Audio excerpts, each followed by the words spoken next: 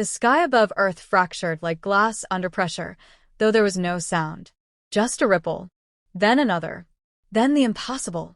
A leviathan of obsidian alloy, sharp angles and shimmering violet veins, pierced through low orbit, blotting out the stars and broadcasting a single, universal message. Do not resist. Your species will be preserved. Your technology will not breach our systems. Compliance ensures survival. The transmission repeated in every language known to mankind, and a few not yet deciphered. Satellites blinked out one by one. Communications were jammed across continents. Power grids surged and died in synchronized failure. And in a dimly lit operations room beneath Cheyenne Mountain, a war council of the desperate and the defiant leaned into the silence, like it could be broken by sheer will. "Tell me what I'm looking at," General Marcus Briggs said. No tremor in his voice, but his knuckles were white against the edge of the steel table. A woman with streaks of silver in her hair tapped through layered holographic scans. 17 kilometers long, possibly modular construction. Defensive plating thicker than anything we've ever imagined. Its folding space around itself just sitting there. "How much firepower do we have left in orbit?" someone else asked. "None that matters." There was a moment where no one breathed. Briggs leaned back, chewing on the inside of his cheek, watching the feed of world leaders panicking in real time. The President of the United States was calling. Again. So was the Secretary General. So were 12 different AI-driven response teams demanding human input that no longer seemed relevant. He turned his attention to the one person in the room who hadn't spoken. Seated off-center, legs crossed, sipping lukewarm coffee from a cracked ceramic mug, was a man who didn't wear any rank insignia. Just a patch, a skull with a USB cord trailing from its jaw. "Charlie," Briggs said. "You've been awful quiet." Charlie Voss looked up, blinked behind his glasses, and finally smiled. "You know, when I was in college, I tried to hack NASA. Got caught. They offered me a job instead of jail time. Weird how life turns out." Briggs stared. "You have something or not?" Charlie leaned forward, set the mug down, and brought up the data stream he'd been watching. Alien code. Elegant, recursive, cruel in its efficiency. "They're not wrong," he said. "We can't penetrate that ship." Murmurs of dismay filled the room. "However," Charlie added, raising one finger, "they're not used to humans being dumb enough to try something stupid. Or brilliant. Sometimes, hard to tell the difference." "Explain." Charlie zoomed into a pattern within the alien systems. "Their tech is modular, yes. But that means it has junction points. Interfaces. Nothing in the universe connects without some kind of handshake. And if there's a handshake, there's a door," Briggs finished. "More like a window. A very small, very fast-moving, extremely illegal one. But yeah, a window." Briggs exhaled slowly. "What do you need?" Charlie grinned. "A couple of old weather satellites, 3 junkyard rocket boosters, and someone crazy enough to fly sideways at orbital speed."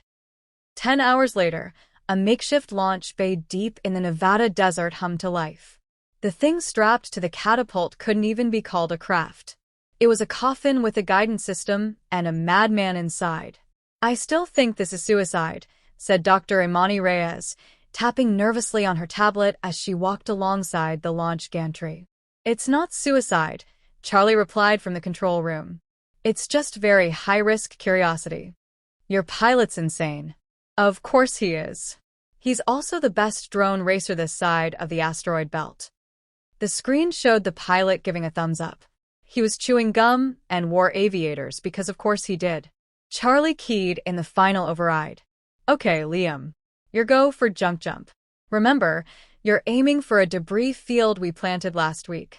If the alien ship's shield matrix sees you as part of the background noise, I'll punch through the outer shell without triggering an alert." "Got it." "You miss your angle, though. I'll be a new crater on the moon." "Copy that." "Punch it." The rig launched. For a moment, nothing moved. Then, with a roar and a blur, the coffin rocket vanished into the sky, skipping past early warning systems and leaving behind a dozen heartbeats suspended in fear. Charlie watched the telemetry with unblinking eyes. The alien ship was responding to active threats, missiles, warheads, even heat signatures.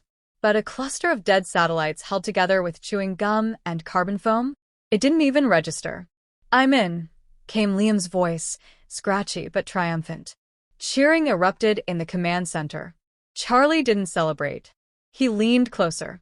"Find the interface node. Plug in the spike." Already on it.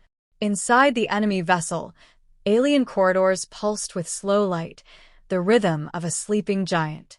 Liam floated past bone-white arches and machinery that looked more grown than built.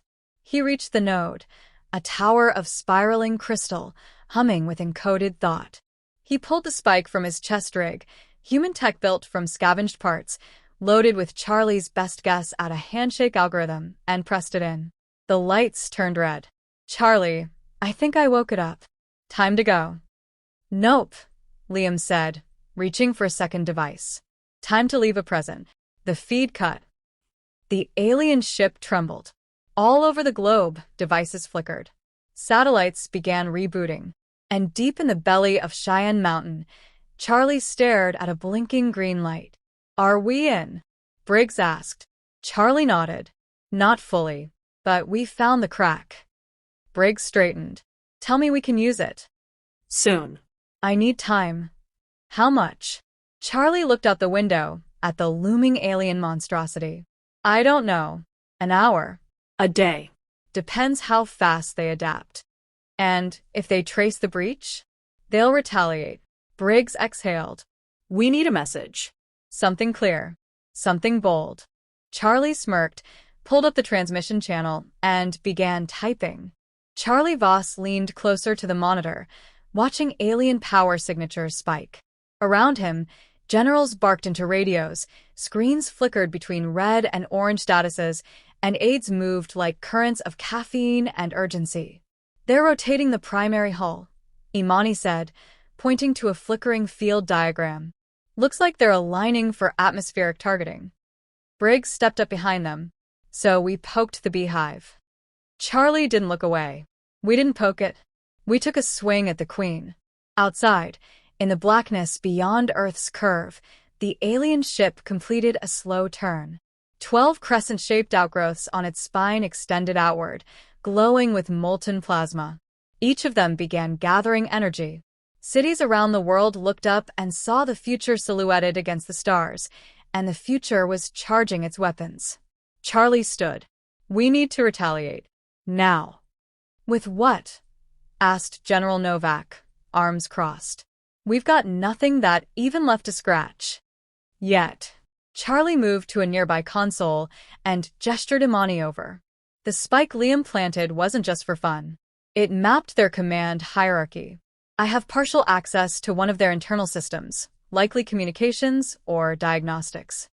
"That's not a weapon." "Everything's a weapon if you use it wrong enough." He turned to the room. "Give me a direct uplink to the ISS and route it through our oldest comms satellite." Novak frowned. "That satellite's practically falling apart." "Exactly." "They're not filtering for that frequency range. It's obsolete by their standards, which makes it invisible." Within 15 minutes, the room was a low hum of controlled chaos. Engineers routed code through tangled lines of patched-together infrastructure, their screens covered in alien glyphs and human-made brute force tools designed to trip AI routines into making mistakes. Charlie typed like a man possessed. "They rely on layered shielding," he explained to Imani while working. "It folds space into reinforcement loops. But if we force a feedback echo through one of their calibration subsystems, we might get one loop to destabilize." "You're trying to collapse their shields from inside?" "I'm trying to make one of their modules forget how invincible it is." The clock ticked past midnight. The skies remained clear. People around the world waited, some in bunkers, others on rooftops, staring up as if defiance alone could bend fate. Then it happened. A ripple tore through the alien ship's outer plating. A shimmer, like a mirage peeling away. Just for a second. But it was enough. Every global monitoring station registered it. Briggs pointed. "There." What was that? Charlie's eyes didn't leave the screen. A blink. Do it again. I intend to. Before he could type another command, the room's lights surged and flickered. Something enormous had just pulsed through every electromagnetic frequency at once. Earth's defenses scrambled. Data feeds hiccuped. And then, silence. Not from Earth, but from the alien ship. Charlie looked up. They shut down their transmission arrays. They're cutting us off, Imani muttered. That's Spike. Still feeding, Charlie said. They just don't know how. Across the room, a technician waved for attention. Sir, getting backscatter on atmospheric relays. Civilian drones in Asia, military scanners in Eastern Europe, something's bouncing off the alien ship's hull. Visuals? A new feed came online. The alien ship was bleeding light from its side, plasma leaking through a lattice of cracks. Cracks that hadn't been there before. Charlie's pulse kicked. We hit something important. The celebration was short-lived. A portion of the ship began to unfold, literally. A hatch the size of Manhattan peeled back, revealing a hangar of smaller vessels. Dozens of them. Needle-shaped, dark, and fast. They're launching a swarm, Imani whispered. Briggs didn't hesitate. Scramble the interceptors. Global priority. If it flies, I want it in the air. The first skirmish between human pilots and alien craft began in the upper stratosphere. Human weapons were still ineffective, but tactics weren't. A squadron out of Finland managed to redirect several alien ships into each other using bait and dodge maneuvers. An Australian team lured 3 into the upper magnetosphere, where the electromagnetic drag slowed them enough for impact explosives to partially disable 2. Every kill was a miracle. Every loss was a warning. In the control center, Charlie watched a real-time 3D map. He zoomed in on one cluster of ships holding formation near the ruptured hull. They're protecting something. What do you see? Briggs asked. Looks like a command relay. That's the wound we opened. Can we exploit it? Charlie hesitated. Then, maybe. But I need help. Briggs frowned. What kind of help? People who don't think like soldiers. 20 minutes later, the world's strangest video call was underway. On one side, Charlie Voss, sleep-deprived and manic. On the other, a collection of hackers, engineers, and tinkerers from underground networks worldwide. They called themselves things like Nullzen, Packet God, and C14IP. Charlie didn't bother with protocol. Here's the deal. We cracked the alien encryption just enough to slip in a backdoor. They've sealed it now, but I left behind something small. I need all of you to crawl through it. What's the target? One asked. Their logic engine. The system that governs ship decisions. We can't destroy them, but maybe we can convince them to destroy each other. A hush. Then laughter.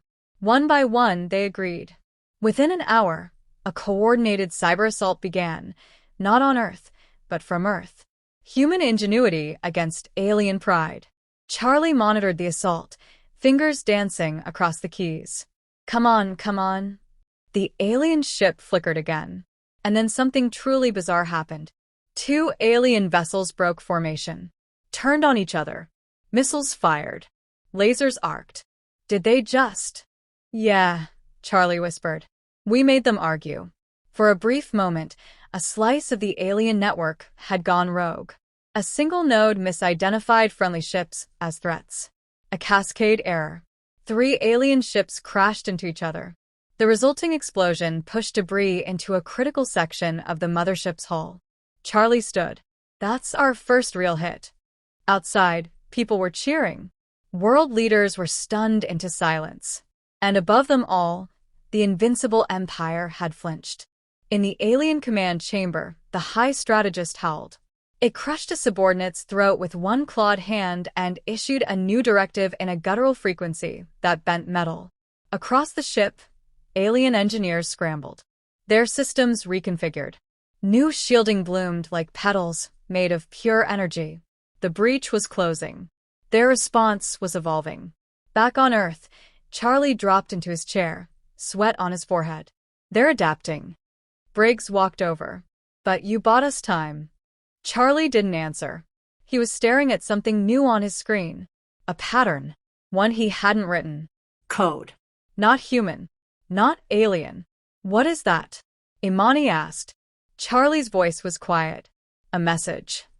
The screen displayed a series of pulses. A wave pattern. It translated simply. We see you. Keep going. Imani leaned in. Who sent that? Charlie turned, a grin starting to spread. Not them. Someone else. Someone watching them. Briggs looked skyward. The galaxy had just gotten more complicated. But Earth had made a dent. And someone out there wanted them to make more.